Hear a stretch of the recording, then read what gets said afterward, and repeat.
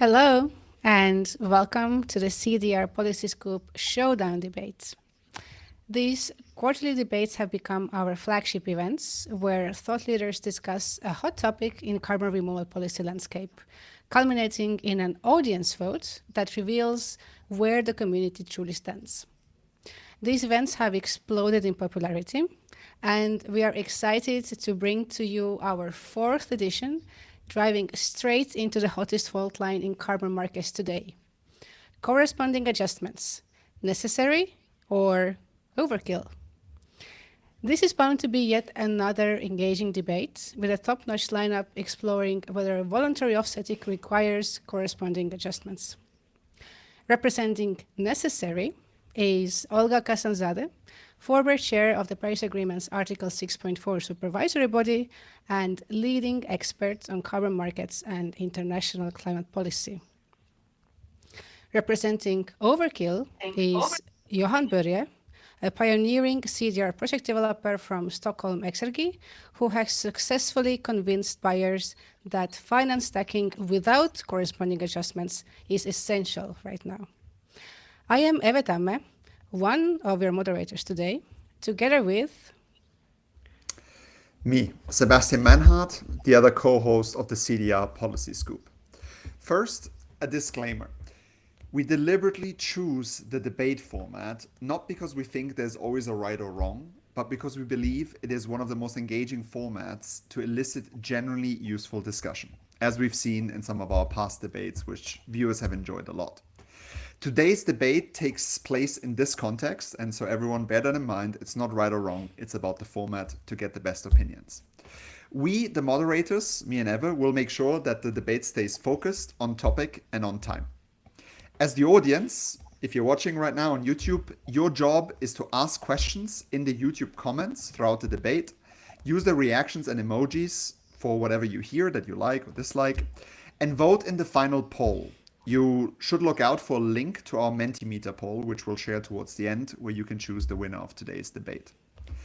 And finally, to Olga and Johan, besides thanking you a lot for being here, your job is to be the best possible advocates for your side of the debate.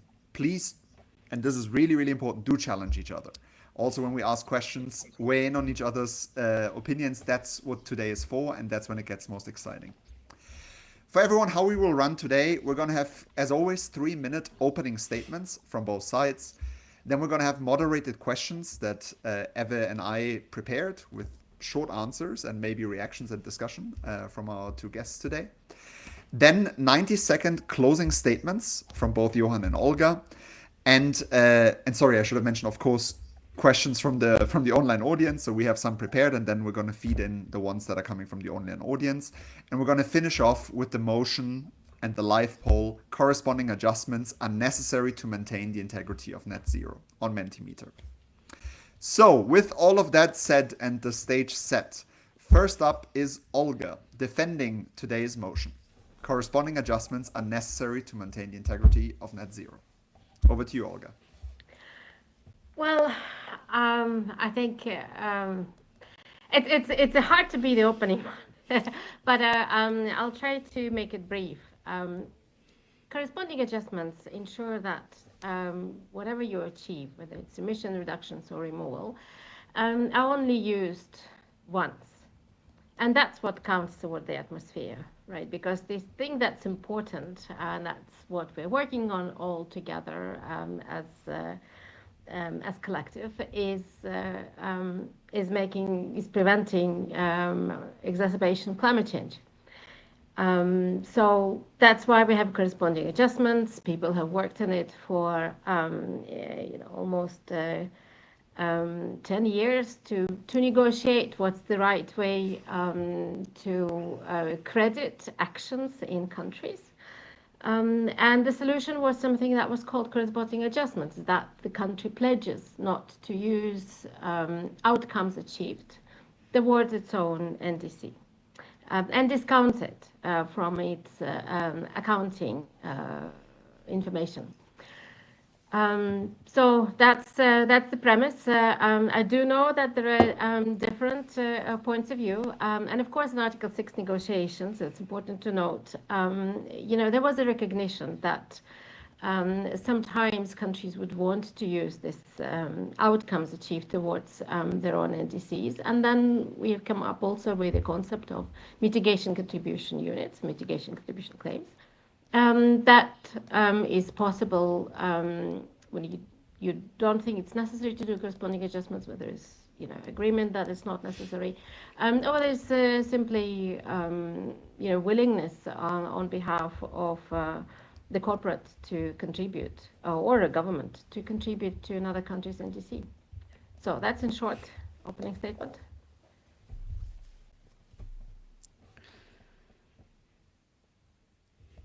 So let's hear from Johan. Corresponding adjustments as an overkill. Thank you. Thank you for the invitation, and thank you, Olga, for your start. Corresponding adjustment, as Olga said, has one clear purpose, and that is to ensure that two parties to the Paris Agreement, that is nations, never double count the same mitigation outcome. But that also implies that corresponding adjustments for voluntary purposes are unnecessary, even illogical, and potentially harmful for climate projects. And I'd like to examine two arguments that most commonly are put forward in favor of such adjustments. One is higher ambition, as we have in Article 6. And I would say that's easy to say, but it's very hard or almost impossible to define what it means in practice. Corresponding adjustments would make climate mitigation more costly, but also make public-private partnerships with government aid and private purchases practically impossible. And making such partnerships impossible is not higher ambition. And this is abundantly clear in the Nordics, where all the final investment decision for permanent removals over the last years would have been impossible if corresponding adjustments would have applied to these voluntary purchases. The point is, you can't really motivate corresponding adjustments based on higher ambition.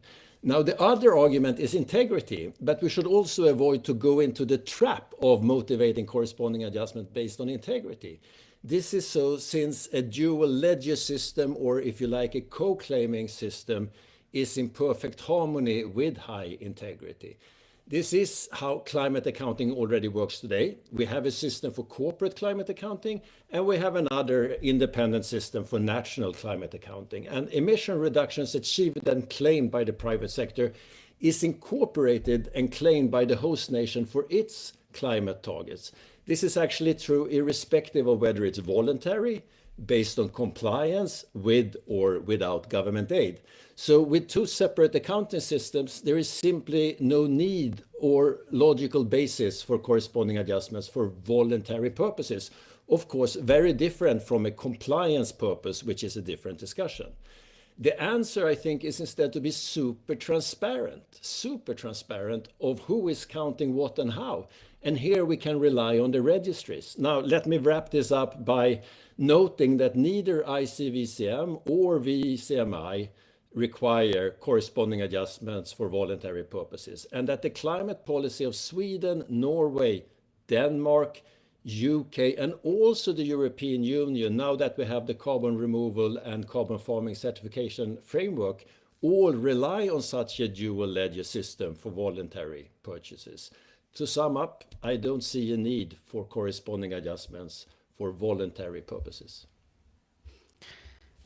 Thanks, Johan. I'll do a quick take or summary of what Olga shared, and then I will hand over to Sebastian to hear his summary of what Johan shared. So what we heard from Olga is that basically these credits must count only once. That's how the Paris Agreement Article 6 was built. There's a reasoning why host countries should not double count the same reductions or removals against the NDC, and while also using them for other purposes. It's an important element to guarantee integrity. There are, of course, the mitigation contribution units that could be used for different purposes.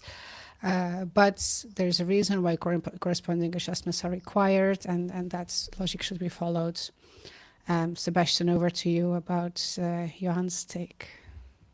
First off, both of you, amazing. I really enjoyed listening to them. And I'm sure our audience did as well.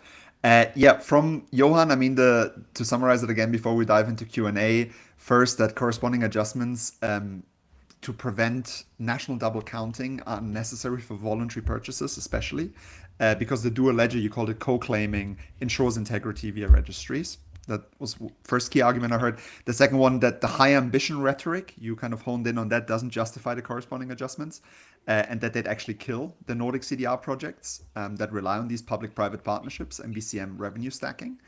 And the final one, you highlighted that ICVCM, VCMI, and policies in several European countries, maybe even the EU with the CSCF, embrace co-claiming, focusing, and we should instead focus on better NDCs and transparency to make sure that corresponding adjustments can go hand in hand with that private funding. Before we dive into the questions, again, a disclaimer that this is not about winners or losers. And we have a lot of disclaimers because in previous debates, especially the first one, we got a lot of heat for it. So we keep repeating it. It's about bringing clarity, complexity, and insights to both sides of the story. But with that, we're going to kick off with some pre-prepared questions. Ev and I had a lot of fun thinking about how we could grill you on these and what would elicit the best discussion. So Eva, over to you. You have the privilege of doing the first question. And we are also perfectly on time, so well done, debaters. So let's try to keep that going. I have a question to Johan. You say that corresponding adjustments are overkill for voluntary markets, but if a Swedish CDR project stacks these VCM credits on top of contributing to national NDC without any kind of adjustments, wouldn't that mean that buyers are free riding on Sweden's climate effort? How would you prevent that? I don't think so. Countries achieve the NDCs of the Paris Agreement, and countries undertake many actions where they contribute government aid in order to accomplish these climate projects. But these are aid going into the market and the market operations. And by complementing with a purchase of the certificate by the voluntary market, then we actually are able to pull these really ambitious projects off the ground. So in a way, these projects are only feasible when we combine the funding of these two entities. And it's perfectly natural that countries count what's happening on the territory, because that is actually what national climate accounting is fundamentally about, aggregating the outcome on your physical territory. So I think it's no difference from the fact that governments are providing government aid to many activities, be it green steel or be it green energy or any of the aspects that may be covered also by other projects. So I don't see an issue. The issue is truly and fundamentally, how do we ensure that governments or nations never double count? And how do we ensure to maximize the climate impact of all initiatives by governments and the private sector? Thanks, Johan. Olga, anything you'd like to say here? Yes, I've been patiently waiting. I know that you have a preset up format, but I was ready. I was taking notes. I'm quite, I'm really ready to respond to. And Johan. keep it sharp. Let's I will keep it sharp. Yeah. Actually, Johan made already put number of points, so I need to go through them. Right. First, on Article 6. Article 6 very clearly is set up for both trading between nations, but also it sets up a mechanism to ensure that private buyers can buy units that will not be used by anybody else. And that's in other purposes in Article 6.2. So when the country authorizes units, they have a range of options that what they are authorizing for. So private companies and voluntary action was also foreseen in Article 6. That's one of its functions. Number 2, I don't think it's necessarily about high ambition. It is about the atmosphere, right? And the problem is, it's not necessarily the buyers are riding on the actions of the countries, but the countries are riding on the actions of the buyers, right? So take Sweden. Sweden is buying units from other countries. So if corporates are donating efforts to Sweden, it means that Sweden is not spending money, is not taking other actions. They're increasing emissions somewhere because somebody else have paid for their emissions reductions. It wasn't really even part of national policy. Also in the Nordics, we do know that Norway is planning to do corresponding adjustments. So even in the Nordics, we will have then a situation where one country is giving its corporates, its projects on removal project corresponding adjustments, and another is not. It's going to create disparity and questions about environmental integrity of one project against the others, whereas project developers have done their utmost to do the best methodologically, etc. I think it's also about the feasibility.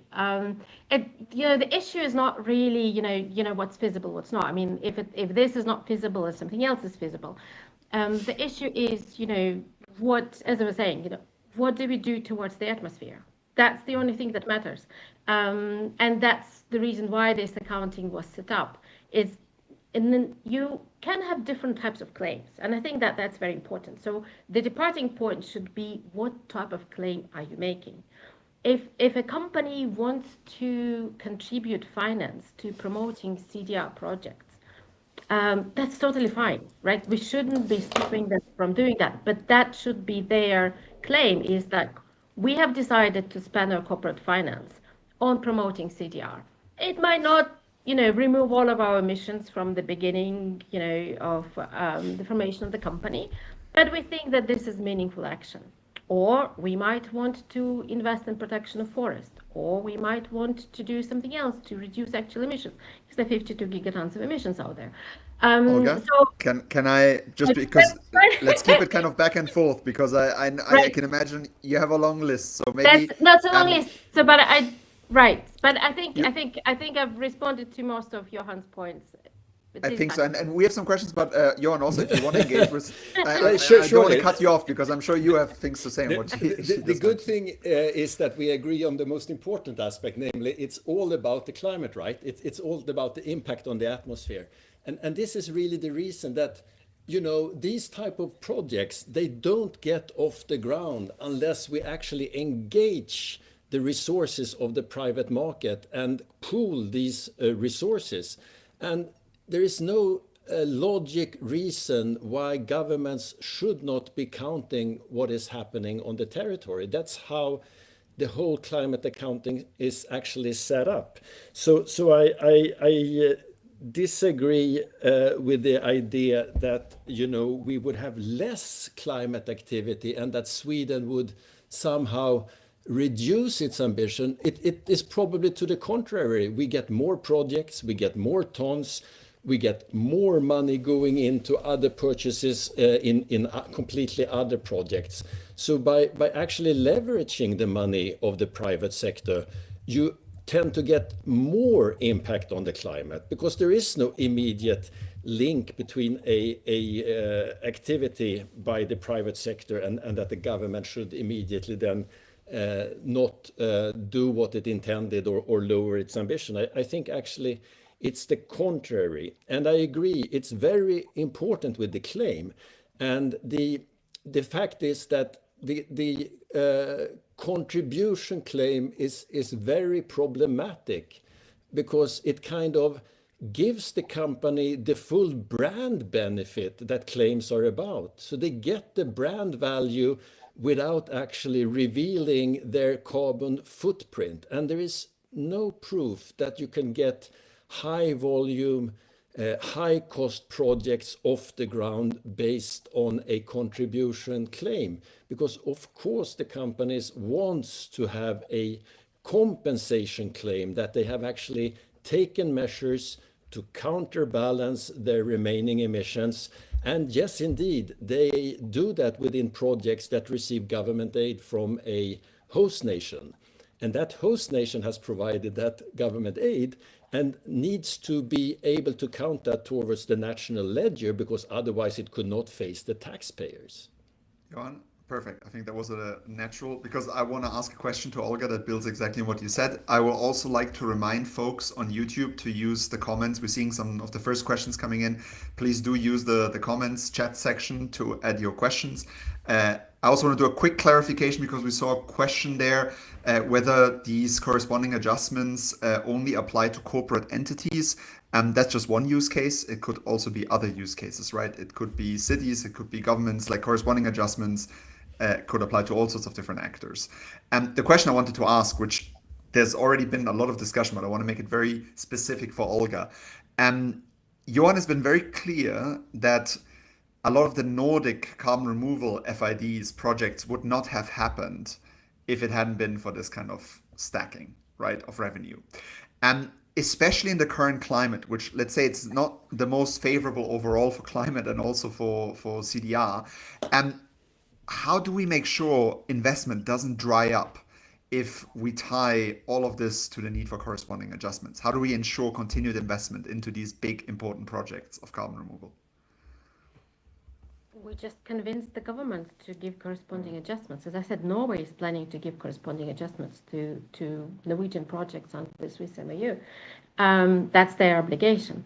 And I think it's very important, if a project, for example, receives public subsidy and the country should negotiate, it's public-private partnership, then the negotiation should be on how the mitigation outcomes are split and what goes towards the country, what goes with corresponding adjustment towards the private. That's how Article 6 works in other countries. That's how Nordic governments demand that Article 6 is performed in other countries. So doing less at home while demanding more abroad is hypocritical and is not the Nordic way. So we don't expect that this will continue. We're also seeing that there are very specific legal guidances now. For example, in Switzerland, it's very specific that if you're making any sort of neutrality and compensation claims, that you have to use correspondingly adjusted units. The legal opinions on it, I recommend. There's recently a note issued by Philip Lee that goes into the legal side of things quite in detail. And they list, and the Oxford Principles and the new draft of SBTI guidance. So, the world as a whole is moving towards recognition of the need of corresponding adjustments. I will stop talking because I know I can talk too much. Ask me again. Excellent. Thanks, Olga. I want to bring in Europe and the carbon removal and carbon farming regulation, the CRCF, because there we have an example where these certificates actually have to be used eventually towards EU's climate targets. And as Johan has said, co-claiming is already a standard practice domestically in some EU member states. Do you see that in these situations, still corresponding adjustments should be playing a role? Because there's just so many stakeholders that are where Article 6 compliance really doesn't really come to play at all. What's your take on this? Is this a question to me? That's for Olga. That's for Olga. I think for CRCF, it's up to the EU to decide, right? They need to set up a framework. They will then need to clarify what is the claim and how they're seeing this, because it's domestically inside you. I've been thinking how to explain this, but it's let's do with a tangible example. If you're fishing in the sea, you're fishing in the national quota, right? You might want to just say, I'm fishing with the national quota, I'm flowing, I'm doing there what the government says I should do, which is what the EU could do. They could say, use CRCF. It's fine, perfectly fine, right? And if they say, actually, I just don't want to have any impact on the biosphere at all, that's a very different case, right? So it comes to what sort of claim are you making? And we'll only know that after the EU sets up the system, what sort of claims will they make? Any reaction from you, Johan? Yes, no, many points, of course, that I disagree with.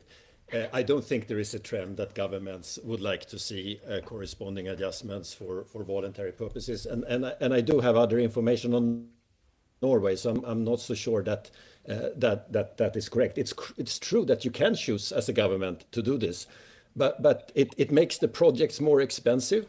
It pushes the country actually towards higher cost projects. You push the country up towards the marginal abatement cost curve. So achieving the NDC gets more expensive, and for no reason. I have so far not really heard any good reason, because the integrity in the claim is about being transparent and letting the market understand how a dual ledger accounting system works, that we have governments and we have corporates. And I'm not sure I see the link between, as soon as corporates do something, governments would hide away and back off from their ambitions. I don't think there is any empirical evidence that would generally happen. It may happen in some countries, but it's surely not something we can have as a foundation for having these corresponding adjustments. So I have heard no single good reason for corresponding adjustments for voluntary purposes, because the integrity of the claim we can ensure by being transparent and explaining who is counting what. And I think this gets hypocritical, because nobody is having this debate if the purchase is done in a domestic context. Imagine if Ericsson would be buying a certificate from us in Sweden, then this wouldn't be discussed. Then the co-claiming would be considered perfectly acceptable. And still, Ericsson is having a global value chain where emissions are spread all over the globe in all countries. So from a voluntary perspective, why does it matter if Ericsson buys this in Sweden or buys it in another country of operation when it is addressing emissions in a global value chain? So I think there is... Let's stop it there and see what Olga has to say. Right. I think I need to clarify, right? Norway and Switzerland have an MOU, and it's a legal obligation for Norway to provide corresponding adjustments for projects under that MOU. And they are preparing to do it. The difference, I think, is Norway is not inside of the EU, so they manage their, they manage their reporting corresponding adjustments in a much more better way right now than EU would be able to do. And then your point on dual ledger, it's not really correct, because towards the atmosphere we only have one ledger, right? And that's why the system matters. So when a corporate undertakes an action, this action is recorded in national inventories. That will happen also. That's why we have CORSIA. These actions will be certified and added to national inventories. That's how they will count towards the NDCs. And then, giving example of Sweden. Sweden has national neutrality target. Once things are in the national accounting, they only need to cover the difference towards the neutrality target. That's what their procurement budget will be. The tons that they will buy from outside of Sweden will be to cover the difference. If somebody has already contributed to that, this simply means that Sweden will buy less. That in Article 6 and 6.4, where I've been involved mostly, we have something called additionality, right? And we have regulatory surplus. These countries, majority of the Nordics, have already regulations that demand that they achieve carbon neutrality. So it doesn't matter if corporate does a voluntary CDR project, because they will have to do it anyway. They will have to comply, either by buying outside of their jurisdiction or by doing something inside and spending money implementing regulations. If you just contribute to them, they will do less. There are other countries where this is not the case, right? So it's absolutely perfect in some cases to do mitigation contributions claims. I should be clear, we're talking about the Nordics, right? The richest countries. It's very, very strange to have this debate about the Nordics, because we're having this debate in Article 6.4 about developing countries, whether you should be contributing to the NDCs of developing countries. And how do you make sure that you are not, that the countries are not free riding on the efforts of the private sector in the developing world? The same debate concerns the Nordics as well. And I think these are perspectives where I think you can have the opposite view. And when it comes to Norway, maybe we have different information, I'm not sure how we can progress on that. I don't think there is an obligation to do corresponding adjustments for voluntary purposes in the Paris Agreement. I don't think that the agreement you had in COP27 is uniformly interpreted by everybody. That's not the information I have from governments. Now, it's true, we have one ledger, and that's exactly the point, that the national ledger is separate from the corporate ledger. So why do you require then a corresponding adjustments? Because they are not mixed, there is no integrity problem. The only thing that happens is that you don't want to rely on the capital that the private sector can bring to countries, be them in the global north or be them in the global south. Maybe a solution is to have different rules for global north and global south. I wouldn't prefer to go there, but maybe that's the case. And additionality, 100%. Of course, there has to be additionality. The projects we are talking about need the trigger of revenues from the voluntary carbon market to happen. And hence, they are super additional. They would not have happened without these revenues. Thanks for this, Johan. I have a question from the audience I'd like to bring in, because we have a few minutes left in this debate section before we move on. So it's specifically targeted to you, Johan, and it says, Johan, you claim that corporates need to be able to make a compensation claim. Why is that? Because in practice, they are contributing the project host countries NDC, so they are already contributing, right? So this is what it is. Why lie and claim that it is offsetting? I like the question. It's one of those questions that allows us to go a little bit deeper, right? There's a lot of words, and fundamentally, corporates are all, by their actions, voluntary compliance, supported by government aid or not government aid, contributing, or if you like, making up the national accounting of any country, right? So indeed, a compensation claim is by default contributing to the host nation. Now we're talking about the voluntary dimension again. By definition, it is whatever happens on the territory of a host nation shall go into the climate ledger of such nation. Now, why do the corporates need to do a compensation claim? Because if we want to get beyond small projects, small volumes, really drive transformative climate projects that could have a real impact in volume, then of course we must rely on the self-interest of the corporations, and they want to declare to the market, we have done these investments to counterbalance our unabated emissions. And then it's perfectly fine to say the underlying physical outcome on which this credit or certificate rests will be counted by the host nation in its NDC. So this is how we bring more money, more climate action to the table, allowing the corporates to do these type of claims. And at this point, we've got time for one final question before we move to the closing statements. And this one is for you, Olga. How can corresponding adjustments be streamlined to minimize costs and avoid delays? Streamlined? Well, it's up to the host countries. The host countries can streamline them. When they understand the methodologies, when they understand the project, the certification schemes, right? That's the only way to streamline them. Is to build a relationship with the host countries and build capacity in the host countries.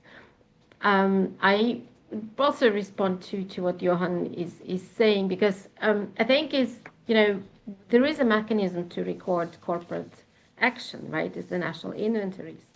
And it's all like, it's connecting vessels in physics, right? If it leaves one place in connecting vessels, the water will come in unless you reduce the levels altogether. We're talking about additionality, but additionality is not only financial, it's regulatory additionality, it's NDC additionality as well.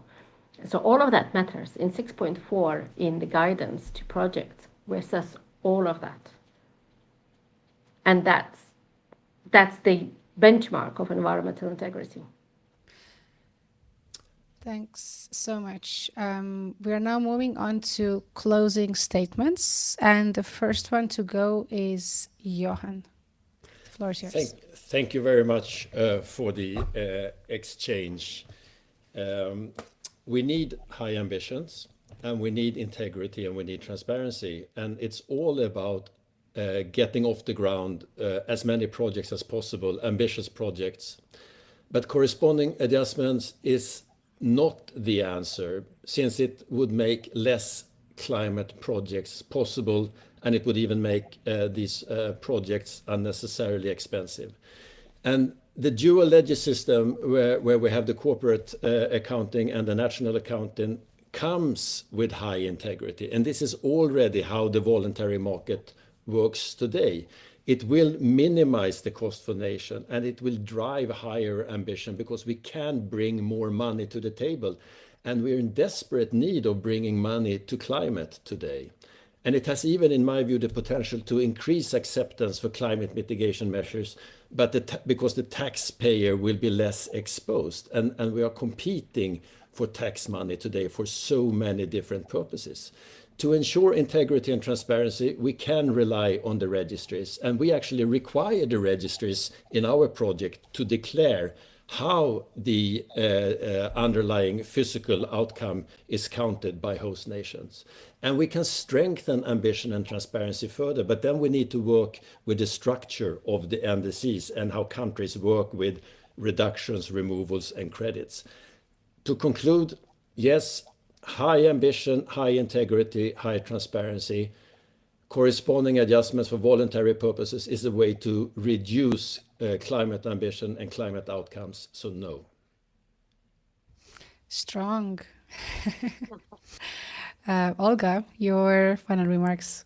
Well, first of all, strongly disagree with the idea of a dual ledger, because the national ledgers, as you call them, that's the aggregation of the corporate ledgers. That's not a dual ledger. That's just a level of aggregation, and there's only one atmosphere, one ledger for everything. But I think the important thing is, carbon markets need clarity right now.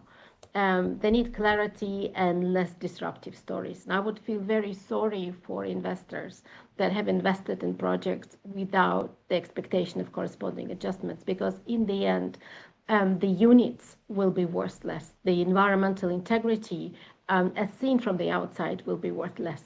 It opens them to legal action on their claims. As I said, Philip Lee, they gave an excellent legal opinion on this. So it is very, very important that people that are putting in money towards projects are investing with confidence, and they're getting the best product out.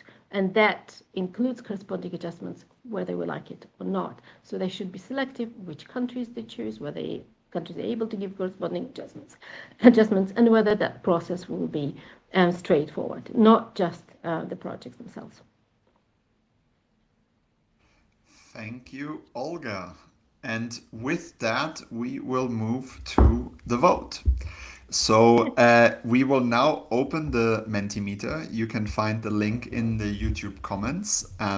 You can also just go on menti.com and type in the number 57198156. But it's easier. We'll post everything in the YouTube. And while we have people doing that, I want to take the moment to say a couple of things about the Policy Scoop first. This is our fourth showdown. We're very excited. We've been around for just over a year, and they're always our most popular episodes. Now it's also up on the screen. You can also just scan the QR code, which might be the easiest. We've done 72 episodes now, which is basically one per week, which Ev and I are very, very proud of, that we've been able to be quite consistent. We had over 23,000 downloads and 54 amazing guests. And you both have also been individually on the show before. I also want to use this to give a shout out to our team, because you see me and Eve, but actually it's a team of 6 who make this happen. We've got our producer Helen, who's also helping today, obviously. We've got Ben, who edits all our episodes. We've got Carlotta, who makes all the beautiful videos, and Raphael, who's been helping a lot, especially with the live events, and then obviously Ev and me. So there's 6 people involved, even if you just see me and Ev. And then there's a couple of anonymous supporters who help us make this all happen. So yeah, you know who you are. Thank you to you as well. And now we'll give it a little bit more time. For now, I can say you've really given it all. Really enjoyed the back and forth, the heated debates, the disagreements. This is exactly what this is for. So thanks for being a good sport, both of you. And yeah, let's see. I want to looking also at whether the results are starting to come in.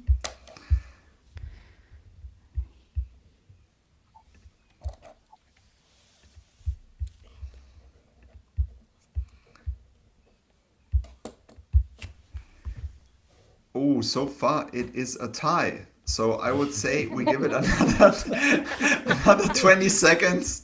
I mean, we had a tie. We kind of had a tie before, so we'll give it another 20 seconds. But I can say in any case, it's been very, even.